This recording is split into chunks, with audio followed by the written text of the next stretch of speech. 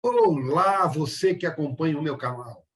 Antes da nossa entrevista de hoje, eu quero primeiro te agradecer por estar sempre aqui acompanhando o TV Saudade Entrevista. Agora, se você gostar do nosso trabalho, se você gostar da nossa entrevista, dá um like, faça um comentário, compartilhe as nossas entrevistas, faça perguntas, sim que é possível, eu vou responder. Se souber, eu respondo na hora, se não souber, eu vou buscar a resposta para te dar. E também se inscreva, porque se inscrevendo, você ajuda o canal a crescer, você ajuda a trazer melhor conteúdo para você e mais. Você recebe automaticamente a mensagem, a informação do novo conteúdo que acaba de chegar. Então, curte aí. Vamos agora à nossa próxima entrevista.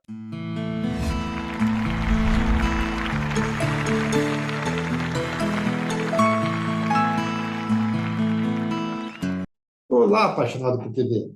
TV Saudade de hoje tem a grata satisfação, a honra de receber um querido amigo, né? Está morando agora fora de São Paulo, mas que eu conheço já há alguns anos, Renato Scarpim. Renato, obrigado por ter aceitado o nosso convite, viu? Grande Américo, em primeiro lugar, eu que agradeço o convite e é um prazer estar aqui contigo. Vamos falar de dramaturgia, da tua carreira, essas coisas todas? O que você quiser. Curitibano Renato Scarpim. Primeira coisa, Renato, eu gosto de começar do começo. Eu vi que você começou, antes de ser ator, você foi escoteiro, você foi caminhoneiro. O que eu quero saber de você é o seguinte: quando que despertou em você o interesse pela arte?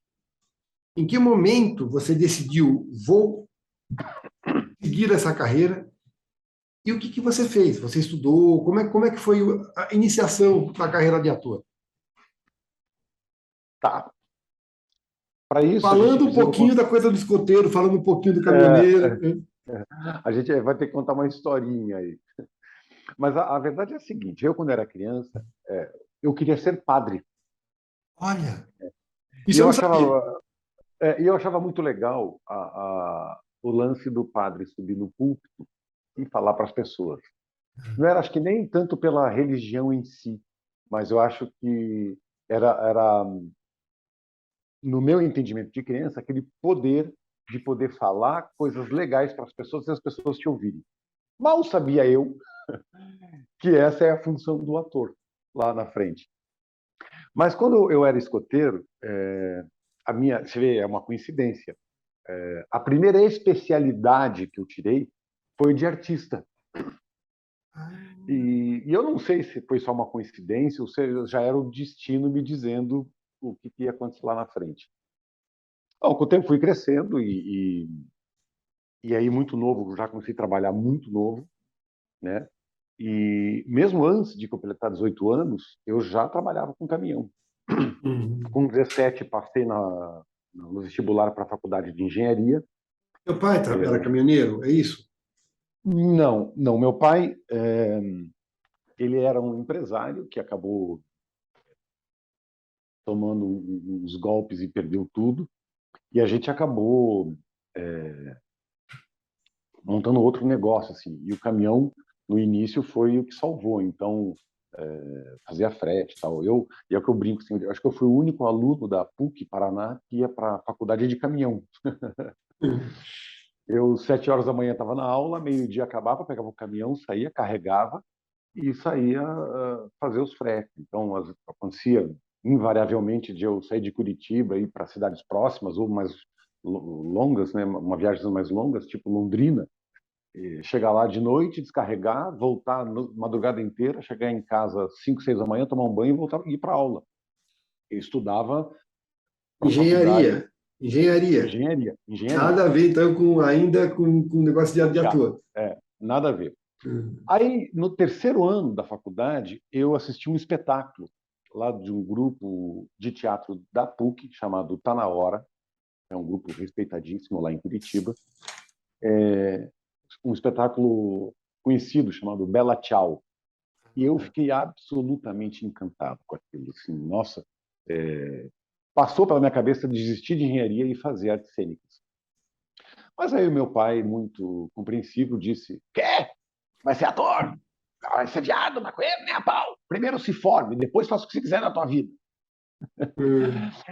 Aí eu acabei a faculdade de engenharia, acabei arrumando um emprego na Alemanha, fui para a Alemanha trabalhar como engenheiro.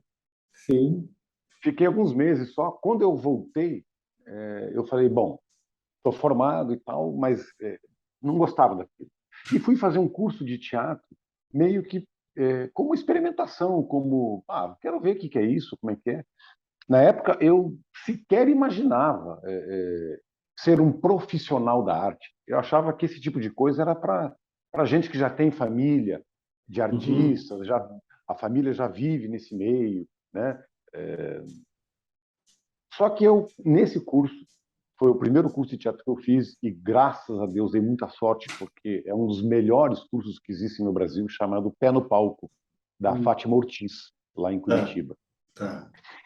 E a Fátima é muito séria em relação a teatro. E lá eu aprendi que ser ator não é só decorar texto e falar, envolve um milhão de coisas. Aprendi que para ser ator você tem que estudar permanentemente. Só que eu me encantei com aquilo tudo. Ali eu descobri o que eu efetivamente queria fazer da vida. Você está falando que você tinha por volta de 20 e poucos anos. 22, porque eu Tá, me formei com 22, engenheiro, tá, tá. Você tem com 20. menos de 22, então, né? Oi? Menos de 22. Você foi no terceiro ano? Não, não. Eu só fui fazer o curso depois de formado, depois de trabalhar na Alemanha e voltar da Alemanha. Tá. Bom, vamos lá, vamos por pai. Morou na Alemanha. Domina o alemão? Nada. Nicht sprechen Sie Deutsch. Eu não falo alemão. Você falou uma coisa aí que seria uma pergunta lá para frente, mas como você falou agora, essa coisa do preconceito tinha. Você tem uma geração que ainda tinha preconceito. Hoje o pessoal empurra os filhos para serem atores. Tinha essa É. mesma de preocupação de ser maconheiro, viado, prostituta, vagabundo. Era uma realidade essa ideia. Super, super. E grandes atores saíram do Paraná, né? Sim, imagina. Ari Fontoura, Tony Ramos, Ari Fontoura, Tony Ramos, Mário Strasberger, Mário Schemberg, Steinberger, Mário né? Schemberg, Steinberger. grande ator, grande ator. Tem uma história com ele que é sensacional. Assim. O Mário fazia um espetáculo em Curitiba. Eu já te respondo a pergunta sobre o preconceito, É, claro, por favor. essa coisa de bastidor é ótimo. Viu? E ele fazia um espetáculo que eu depois até tentei montar em São Paulo, mas eu não consegui os textos, os direitos e tal. Mas era uma coisa absolutamente fenomenal. E eu lembro que eu assisti a primeira vez, acabou o espetáculo, o Mário chegou para mim e falou: "E aí, Renatão, o que você achou?" E eu falei para ele, Mário, eu vou te falar uma coisa. Meu sonho como ator era um dia ganhar um Oscar, mas hoje eu Uhum. mudei o sonho. Aí ele falou: o que você quer? Qual que é o teu sonho para a carreira? Eu falei assim: agora o meu sonho é ser um ator como você. Olha, que legal. Ele é lá demais mesmo, né? Meu Deus, ele fazia esse espetáculo, ele careca, gordo, de terno e gravata, e fazia vários personagens. Era um Monólogo. solo, era um monólogo. E tinha personagem, era uma menina de 13 anos virgem, uma Olha. velhinha de 70 anos. E, rapaz, a única coisa que ele trocava de figurino era um chapéu. Tirava um chapéu, colocava outro e virava personagem. E aquele homem gordo, careca, de terno e gravata, e você olhava uma menina de 12 anos de idade em cena, era uma coisa impressionante. Era tão impressionante que tinha uma cena que ele fazia uma velhinha e ele fingia que tomava um cálice de licor. Olha que maluco, olha que mágico que é o teatro. Uhum. Acabava o espetáculo, eu fui ver umas 5 vezes, porque eu era fã, o cara era demais. Acabava o espetáculo, se perguntava para o público qual é a cor do licor que ele toma naquela cena da velhinha. O público todo dizia azul, claro, era um licor azul. Aí você falava para as pessoas, que bacana, venha ver de novo e você vai reparar que nem copo na mão ele usa, não tem nem copo. E todo mundo viu o azul. Via um licor azul só dele fazer. Era uma coisa impressionante. Impressionante. Sabe que você me contando essa história, antes de você me responder do preconceito, eu É. lembrei de uma coisa que você me contou uma vez, pessoalmente, meio até que com lágrima nos olhos, de uma pessoa que foi ver o teu espetáculo, uma senhora doente. Você lembra disso? Que falou, você me falou assim, ela disse que aquelas poucas horas ali com você, ela sofria de uma doença terminal, alguma. Você lembra disso? Eu tenho algumas histórias. Essa especificamente eu não lembro. Eu lembro de um texto que eu escrevi e dirigi para a Marita, chamada Mulheres, Tanta Coisa em Comum, Que eu vi. que uma senhorinha ficou esperando a gente. Ela devia ter quase os 80 anos.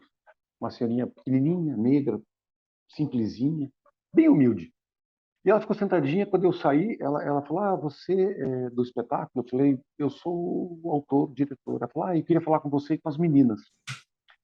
Aí, quando a Marita e a Caru Carvalho saíram do camarim, ela chamou a gente para falar e para conversar e disse assim: Olha, o espetáculo falava sobre mulheres, sobre a força das mulheres, sobre o universo feminino. O espetáculo era muito não Forte. feminista, ele era É, muito feminino, mas e era forte.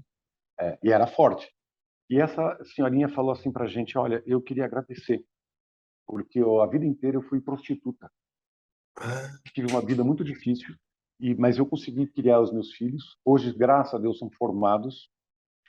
E alguém me indicou o espetáculo para ver e eu vim assistir. E eu queria dizer só isso para vocês. Depois de tantos anos nessa profissão, esse espetáculo me fez, depois de muitos anos, voltar a me sentir mulher. olha isso. Olha que legal. Então, assim, no Engolindo Sapo, Aí meu neto fala, você tem que entender e-mail. É fácil, você entra na página do e-mail, digita teu endereço, a tua senha e pronto. Então vou lá eu. www, que é o site. Digito meu endereço. Avenida Angélica, 177, Cacareira, foi a comédia que eu fiz por tanto tempo, Que é a história que você me contou na época de uma mulher que estava doente e chegou para você e falou: as poucas horas desse espetáculo me deram um pouco mais de ânimo pela vida, alguma coisa assim. é, é, Você me contou. porque o Engolindo Sapo era um comedião, né? E a Sim, que gente eu também brincava vi. com. Você também viu. Era um comedião, brincava e assim, no Engolindo Sapo teve histórias de para todos os gostos. Teve pedido de casamento no palco, Quanto tempo teve ficou em briga no cartaz? teatro. Quanto tempo Eu ficou em fiquei 10 cartaz? anos. Quanto? 10 anos. 10 anos. Deixa eu só contar Mais de, uma coisa. mi- mais de 1.000 apresentações do Olha que espetáculo. legal. Deixa eu só contar uma coisa aqui para quem não conhece. Você falou na Carol Carvalho, uma atriz, você falou na Marita. Marita Cury, Marita Cury, atriz, esposa do minha Renato. esposa, Temos que se é, localizar. Localizar. Bom, mas aí a gente volta a falar daqui a pouco dessa parte sua de diretor, de autor do seu espetáculo, mas fala essa coisa do preconceito que eu te perguntei. Como é que foi driblar isso? eu, na verdade, por incrível que pareça, eu sofri mais preconceito, talvez, com a classe artística do que com a família ou sociedade. Como Com a assim? Como assim? família, porque o que acontece? Com a família, minha família é de gente simples, de gente trabalhadora, é, gente que a vida inteira pagou a casa lá na Caixa, sabe? É gente simples. E então assim, foi meio, como assim vai ser artista? Isso não é pra gente. Aquelas coisas que a gente, e que não só eu, mas como inúmeros atores e atrizes já ouviram de familiares. Mas assim, nunca sofri do tipo, você é um vagabundo. Isso não. É, tá. Mas a galera no começo achou estranho, falou, pô, vai deixar engenharia para ser ator, artista? Imagina. Mas na classe artística, eu era aquele cara relativamente novo, né, com 20 e poucos anos, 22, 23 anos. Eu era meio musculoso, porque eu trabalhava com um caminhão carregando e descarregando o caminhão todo dia. Engenheiro civil, ou seja, eu não tinha nada a ver. Outra área completamente diferente, né? Nada. E a classe artística tem um pouco disso de torcer um pouco o nariz eles tendem a ver pessoas assim como aventureiros. Tá. Como, o cara ele é bonitinho, ele acha que vai ser famoso, saca? E não era o meu caso, porque eu sou virginiano, virgem. Ou seja, eu sou insuportável para a perfeição. Uhum. E eu sempre fui um cara que estudou muito. Eu gosto muito. Se a professora mandasse fazer um exercício, eu fazia 4. Mandasse ler um livro, eu lia 3. Entendeu? E aí, com o tempo, as coisas foram se dirimindo e as pessoas foram me dando oportunidade também.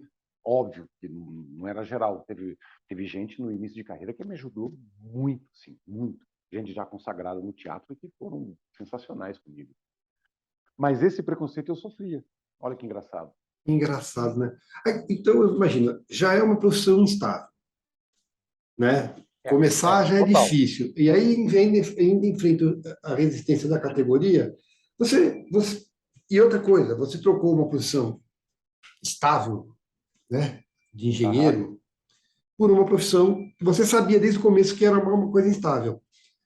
Você pensou em desistir? Ou você foi do virginiano determinado, não vou desistir, vou vencer nessa merda? Eu acho que o ator que nunca pensou em desistir não tem alguma coisa errada na carreira dele. É. Todo ator já pensou em desistir. Porque é isso que você disse, é uma profissão completamente instável. Num dia você ganha dinheiro para comprar um carro, 6 meses depois você tem que vender o carro porque não tem Dinheiro para pagar a dinheiro para pagar conta. o aluguel. É isso, entendeu? E isso chega uma hora que cansa. Cansa muito. E ao contrário do que as pessoas pensam, o ator trabalha muito. Porque ele não é só lá. O cara vai ver um espetáculo, ou vai ver uma novela, um Ali filme. é o fim do processo, É, né? exatamente. Para chegar lá, muita coisa foi feita. E Muita mesmo coisa. esse fim de processo não é fácil, né? A gente vai falar disso também, né? Não é fácil, eu Exatamente. sei. Eu não sou ator, mas eu trabalho com vocês o tempo inteiro, você sabe disso, né? Agora, você estava me falando, o teu ingresso foi para o teatro. Você começou Teatro. profissionalmente fazendo teatro. Exato. Primeira pergunta, quanto tempo depois pintou a televisão? Quanto tempo depois pintou o cinema? E as linguagens completamente diferentes, porque você deve ter se preparado para cursos de teatro, Uhum. textos mais largos, projeção mais de voz. Cinema e São mais televisão contidos. é tudo menos, fora a questão da continuidade, Exato. que a gente vai falar também. Como é que foi a adaptação, Renato? Foi fácil para vocês que conheciam aquela linguagem, se preparou para aquela linguagem, fazer essa passar Transição. essa transição, é? É, assim, de certa forma, eu tenho sorte na carreira. É. Nesse primeiro ano desse curso de teatro lá no Pé no Pau, antes do curso terminar, no meio do ano, no final do ano, eu já fui convidado para fazer 3 espetáculos diferentes. Então, no meu primeiro ano de carreira, eu já fazia um espetáculo às 7 horas, outro às 9 e outro à meia-noite, um em cada teatro. Então, assim, era uma Tuiuti loucura. contra zumbi, é isso? Tuiuti contra Zumbi, Blood Non, Mary e Non Plus Ultra. Foram os 3 primeiros espetáculos que eu fiz na vida. Fátima Ortiz, Guarnieri e Chico Terra, né? Os É, é, textos. os textos. E o Chico Terra fez. Ah, tá. Então você fez simultaneamente esses 6 espetáculos? Eu fazia um às 7 horas no teatro, acabava 8 e pouquinho, saía correndo, ia para outro teatro, fazia o outro às 9, acabava 10 e pouquinho, saía correndo, ia para outro teatro e fazia o outro às 11 da noite.